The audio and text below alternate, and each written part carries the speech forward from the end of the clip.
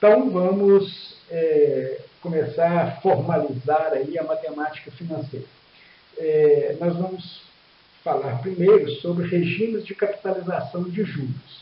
Nós temos dois tipos de regimes de capitalização de juros. Nós temos juros simples e juros compostos. Vamos começar com juros simples. Os juros simples, eles têm uma característica que eles são calculados em função do capital inicial. Então, por exemplo, você aplica R$1.000 por 4 meses a uma taxa de juros simples igual a 2% ao mês. Como é que fica essa aplicação ao longo desses 4 meses? No primeiro mês, nós temos aí 2% de juros, você tem R$20. Então, ao final do primeiro mês, nós temos um montante de R$1.000,20. No segundo mês, os juros continuam de R$20, porque a característica do juros simples é que o juro é calculado em relação ao capital inicial. Então, o juro simples o juro vai ser sempre de R$20, tanto no mês 3 quanto no mês 4. Então, nós temos 4 meses de juros, então 4 meses, cada mês de juros R$20, então nós temos R$80 de juros. No final, nós temos R$1.080 de montante. Então, nós temos aí uma fórmula para a gente calcular o montante de uma aplicação ao juros simples. Então, nós temos o F, que é o montante, definido como valor futuro, o P é o capital inicial, que é o valor presente, I é a taxa de juros, N é o número de períodos da aplicação.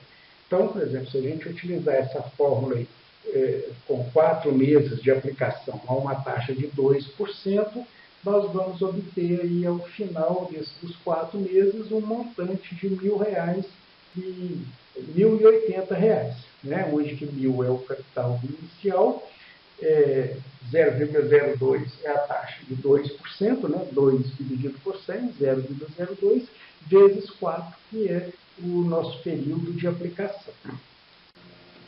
Muito bem. Agora nós vamos falar sobre juros compostos. Os juros compostos, eles têm uma particularidade, que eles são calculados em função do saldo final do período anterior.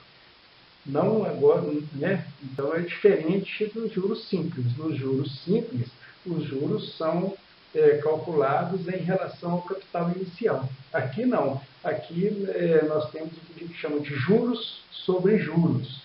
Então, vamos pegar o mesmo exemplo. Você aplica R$1.000 por 4 meses a uma taxa de juros compostos igual a 2% ao mês. Então, o que nós vamos ter? No primeiro mês, nós temos R$1.000 de saldo, 2%, R$20. Então, nós temos um montante de R$1.020. Agora, os juros no segundo mês, eles serão em relação, os 2%, em relação a R$1.020. Então, nós temos de juros R$20,40. No segundo mês, os juros de 2% já são em relação a R$1.040, R$1.040,40. Então, nós temos 2% de R$1.040,40, que vai dar R$20,81. E no quarto mês, nós temos R$21,22 de juros. Então, veja bem, o saldo final do quarto mês ele é maior do que nos juros simples. Nos juros simples foi R$1.080. Aqui nós temos R$1.082,42. Por quê? Porque os juros aqui foram aplicados juros em cima de juros. Muito bem. Então, nós podemos também ter uma fórmula que nós podemos calcular um montante na forma de juros compostos. Essa fórmula do montante ela é muito parecida com os juros simples. Lá nos juros simples, A única diferença é que o N multiplica a taxa, que é o I, né? E aqui o N ele é uma potência, né? Ele vai para exponencial, né? Lá no juros simples, nós temos uma progressão aritmética. Aqui nos juros compostos, nós temos uma progressão geométrica. Então, se a gente fizer a aplicação desta fórmula aí, nós podemos calcular o valor de R$ 1.082,43, que é o montante de R$ 1.000 aplicados durante 4 meses a uma taxa de juros de 2% ao mês. Então, nós temos aí as fórmulas do valor futuro e valor presente. São as duas fórmulas importantíssimas da matemática financeira. Então, a fórmula do valor futuro é essa aí que nós vimos na tela anterior, né? O valor futuro é o valor presente, que multiplica 1 mais a taxa elevada a n. Então, essa fórmula aí é chamada fórmula da capitalização. Então, quando eu quero embutir juros num valor presente, nós vamos utilizar essa fórmula aí da capitalização. Então, por exemplo, vamos supor que nós temos uma mercadoria que o preço à vista seja de R$ 1.000, mas nós queremos vender com prazo para ser pago daqui a 3 meses. Ora, então, e uma taxa de juros de 2% ao mês. Então, o que nós temos que fazer? Nós temos que embutir 2% de juros ao mês e calcular o montante, quanto será pago ao final do 3º mês. Então, é só fazer a utilização dessa fórmula, dessa primeira fórmula aí, que é da capitalização, né, que é a fórmula do valor futuro. Então, nós vamos colocar 1.000, né, que é o P é igual a 1.000, a taxa 2%, 0,02, e o N, que seria 3 meses, né? Aí nós podemos calcular quanto que é o valor desta mercadoria daqui a 3 meses, né? Bom, nós podemos também fazer a descapitalização, né, que é o cálculo do valor presente.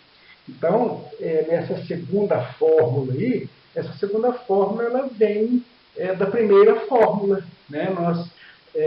Para achar essa segunda fórmula, é só isolar o P. Se nós isolarmos o P aí, nós vamos obter essa segunda fórmula aí, que é a fórmula do valor presente. Então, nessa fórmula do valor presente, nós vamos fazer a descapitalização. Então, nós vamos utilizar essa fórmula quando nós queremos retirar juros embutidos.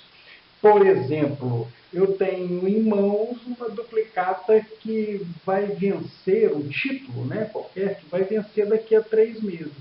Então, se ele vai vencer daqui a 3 meses, e se eu quiser pagar hoje, eu não vou pagar o valor que eu pagaria daqui a 3 meses, porque nesse valor nós temos os juros daqui a 3 meses que não correram ainda. Então, eu tenho que tirar esses juros, né? Então, nós utilizamos essa fórmula aí da descapitalização, né? Digamos que eu tenho um título de R$ 1.000 que vai vencer daqui a 3 meses. Quanto que eu pagaria hoje a uma taxa de 2% ao mês?